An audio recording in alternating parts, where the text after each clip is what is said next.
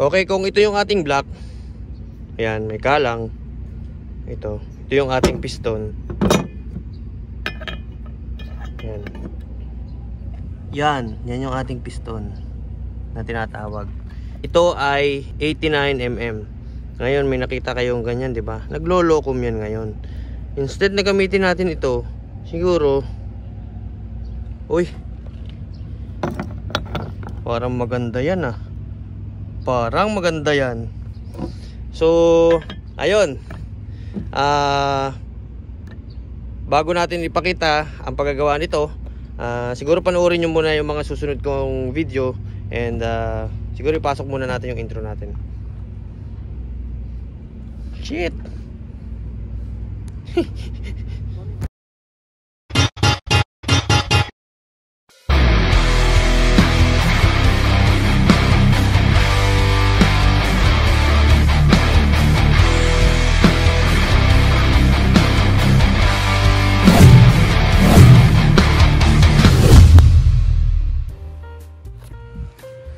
Okay, so what is up mga ka-hardcore, we are back. And as you can see, titiranin ko na itong ating ito. So bala ko sanang linisan to. Yan. Kasi papakita ko sa inyo mabuti. Ito yung downfall natin dati. I-reveal natin sa inyo. Pero magbabawas tayo ng karga. Yan. Ito yung sigunyal natin. So nagpataas tayo ng stroke dati. Kitang-kita nyo naman. No, yun, no? May dagdag dito sa part na yan. Unfortunately, naging problema natin ay yung daluyan ng langis dito. Kaya hindi ko siya patakbuhin kasi baka lumaki yung ating, mas lumaki yung sira niya pag nagkasira siya. Pag nagkasira ha. Ngayon, itong kanyang crankshell, na ito, pandominar yan. Ito lang ang pandominar. Ngayon, tinabasan din natin itong part na yan. Yan. Para magkasya ito. Tapos, kung mapapansin nyo mabuti, pag umikot yan dyan, konting-konti lang yung clearance niya. Yan. Ngayon, delikado yan ngayon. Ayan, oh, tingnan nyo mabuti pag-iikot kung ano yung kanyang mga dadaanan. Itong kanyang connecting rod. Ayan, oh. Oh. Konting-konti lang talaga, oh. Konting-konti lang. Ayan, oh. Konting-konti lang.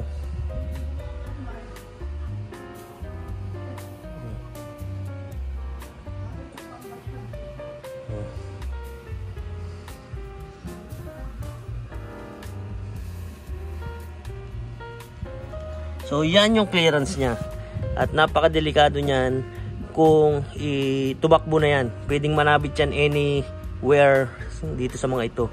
At kita nyo naman kung gaano katatalas yan. So babawasan natin yan. Pero at the same time, pag binawasan natin yan, ito, babawasan din natin ang stroke niya. So for transparency, ito kasing ating sigunyal na ito is nag-offset tayo dito ng total stroke of 4. So, ang ating stroke is 64 plus 4. 8 pala. 8. Kasi stroke down at stroke up, di ba? So, 8. So, ano siya? 64 plus 8. So, basically, meron siyang 72 na stroke. 72. Tama? Ano? Tama. So, yan 72 na stroke na yan, ibababa natin yan. Kailangan maging stroke niya ay nasa 68 something. Ganyan. 68 or 67 something. Ganun lang. Depende sa ibababa niya. Susukatin na lang natin. Basta ganun lang stroke. So, computein nyo na lang ilan ba yung ano niya. So, ito yung bore niya, 89. So, ito yung hindi gagalawin. Ang bore natin, so 89, compute natin kung ilang cc.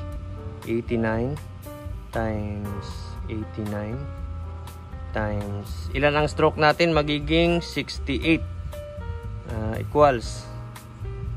Tapos, multiply natin yan para 0.1, 2, 3, tatlong 0, 7, 8, 5. Yan. Para makita natin kung ilang cc ang kakalabasan natin. 422 cc. So, magiging 422 cc siya. So, 68 yung magiging stroke niya. 68. Tapos, 89 yung kanyang, ito, 89. Kasi masyado ng, pag ganito kasi 72, masyado nang delikado. Kakaunti yung clearance dito. Tingnan nyo mabuti ulit. Ikutin natin. Tingnan muna natin itong taas. Yan, oh. Halos papel na. Yan.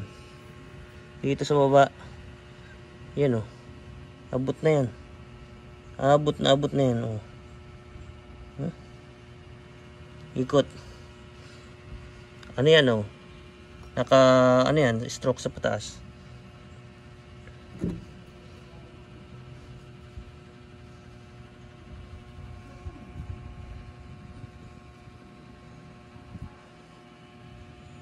Yung, no?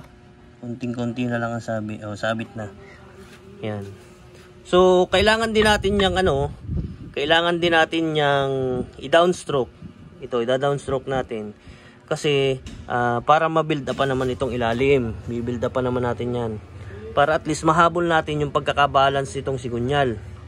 Kasi nalaman ko, sigunyal pa lang at ito, maabot na ng 20. 20 na agad. Ay mamumulubi talaga tayo niyan. Ganyan. Hindi na ano yung build natin. Hindi na siya economical. Yan. So, downstroke na lang tayo diyan, tapos build up din dito. Papadagdag tayo diyan. At least mas mataas pa rin yung stroke, 'di ba, kaysa sa stock. Tapos linis itong pwede niyang sabitan, lilinisan natin 'yan para maganda naman tingnan. So 422 420cc. Ito naman, since loaded 'yan, nun pa ngang stock lang, hindi na kayanin ng ating clutch. Ngayon pa kayang stock. Ang gagawin naman natin, gaya doon sa ginawa natin doon sa ating Raider 150. Dito, ang gagawin natin diyan is babawasan natin 'to. Babawasan natin yan ng mga 1 to 2 mm itong part na ito. Yan. Tapos syempre pati dun sa kabila andun. Yan. So pagkatapos natin bawasan yan, magdadagdag naman tayo ng isa pang lining at saka ng isa pang plate. Ngayon lalabas ngayon yan pag dinagdagan natin ng isa pang lining at isa pang plate. Dito sa party na to, magdadagdag naman tayo. Papahinangan natin yan ng konting-konti lang. Sakto lang. Ayan. Dadagdagan natin to. Hahaba siya ng konting-konti. Ngayon, pagkatapos nyan, pag humaba na yan, medyo bagting na yung ating, ang ating clutch nyan. Itong ating clutch. Ayan. Babawasan naman natin ito ng konti. Pero anyway, yun ang gagawin natin. Dadagdag tayo ng isang ganito, lining at saka isang plate. So magiging ilan na to? Ilan na yung lining niya? 1, 2, 3, 4, 5, 6, 7, 8. So 8 yung lining niya ngayon. Dadagdag tayo ng isa siyam na yan. Siguro naman kaya na niyang i-grip. Kaya na niyang i-grip yan. Ang lahat ng power na ipoproduce ng makina natin, di ba? Kasi noong nakaraan, yun din yung ating naging problema dito kasi ang gamit nating clutch lining ay pang Kawasaki Barako. Ngayon dikit-dikit yan, kung napapansin nyo, dikit-dikit yan. Kaya siya sliding is hindi siya magkameron ng grip, na tamang grip na mas maganda. Kaya yung power delivery niya, hindi niya mai-deliver na maayos. Compared dito sa ganitong clutch lining, ito kasi nalulibricate na maayos itong pagitan. Yan, yung ganyang same lang naman yan, same lang. Pero ito kasing ganito, mas nagkakameron ito ng langis. Ngayon, pag dumikit yan, mas makapit yan. Tapos pag bumitaw naman, mas madulas, 'di ba? Kasi may langis sa pagitan. So ganito ang gagamitin natin lahat all throughout. Itong ganito na clutch lining, tanggalin na natin yan. Hindi masaya yan, pangit. Madulas yan, madulas. Ayan o.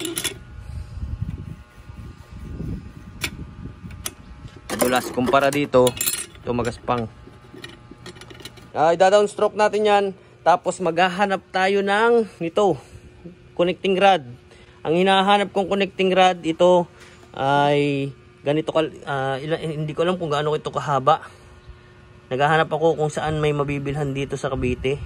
Ang hinahanap ko ay pwede sa makina ng patubig, ng irrigation, sa water pump, pwede rin sa ignition pump. Ayan oh, kita mo yan, sabit na nga ito. Nakaangat yan. Kaya dapat ibaba natin yan. Ito palang ganito, hindi mo kailangan pakialaman ng stroke. Kasi didemonyohin lahat ng dadaanan. Oh. Kailangan bawasan talaga yan. Yun. So ito yung build natin. Papagandahin natin yan, papatibayin natin. Tapos, yun lang. So paalala lang sa nagyayaya sa atin dyan. Sa tingin mo nanalo ka ng ilang beses. ikaw na yung pinakamalakas sa lahat. Hindi ganon. Wag ganon, wag mong ilahat. Unang-una, kung usapang no rules. Kung usapang no rules, dito sa Luzon, wala tayong takbuhang ganon kalalayo sa Mindanao. Kaya walang nagno-no rules dito halos. Kung meron mang mahabang takbuhan, maraming sasakyan at the same time, marami ring traffic light. Maraming dumadaan. Maraming asong nakangiti, nakasmile sa'yo. Yan, mahirap yun. Malayo ka pa lang, nakasmile na sa'yo, tapos pag malapit na sa'yo, kakagat na, di ba? Mahirap yung mga yan, delikado yung mga yan. Kaya syempre, hindi katulad dun sa Mindanao, ang tabi ng daan ay mga palayan, mga malaki yung daan, tapos kukunti yung dumadaan. Hindi katulad dito sa Maynila, na laging traffic. Yun lang naman. Ngayon, kung sa tingin nyo mas malalakas yun sa Mindanao, magdalawang isip kayo. Kasi marami ding malalakas dito sa Luzon, hindi lang ako.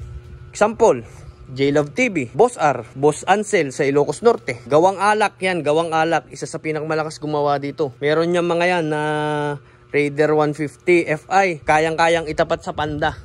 Same set lang halos, 200 plus lang. Pero kayang-kayang tumapat sa Panda. Meron din ang Magic Racing. Yung mga yan nagturo sa akin paano magkabit ng dual injector. K-Race, magaling din magawa. Malakas din. ET Works, Mototan, iZone Racing. Madami dito sa Maynila na malalakas gumawa. Ang problema lang is wala tayong runway na kasing layo ng katulad sa Mindanao. Pero kung meron katulad dun sa Mindanao, for sure, hindi nyo masasabing lagi na lang Mindanao yung malalakas. May mas malalakas pa sa akin kumpara dito. Para dun sa mga malalakas ngayon na sinasabi nila malalakas sila, be humble lang kasi swerte lang yan eh. May mas malalakas din naman. Ang problema nga lang, sinuwerte nga lang kasi unang-una, slipstream. Wala kang binabagang hangin, sakto finish line, pak! Anyway, so I think hanggang doon na lang muna. Marami pa pala akong kailangan baguhin dito. Hindi lang ito, pati ito kailangan ihabol natin. Syempre, kapag dumami ang konsumo ng gasolina niyan, magpapalaki din tayo ng throttle body at saka injector. And at the same time, hahabulin naman natin ang kuryente. Anyway, so ayun. Matagal-tagal pa yata ito pero aapurahin natin para lang makaabot tayo sa part 4 ng waswasan dyan sa Mindanao na yan. Yung kay J-Max na kay J-Max na Rusi, hindi man lamang ako natakot doon, hindi man lamang. Kay Mac Rider na sniper, pwede pa. Kay Mac Rider. Ngayon, ang katanungan diyan, sino kayo mas malakas, yung sniper ni Mac Rider o yung kay J-Max na Rusi Flash? Ano sa tingin nyo? Pero anyway, hanggang doon na lang muna yung vlog natin and paki-like, comment, share, and subscribe na lang ito. So sa Facebook, mag-upload ako sa The Racing Glitch.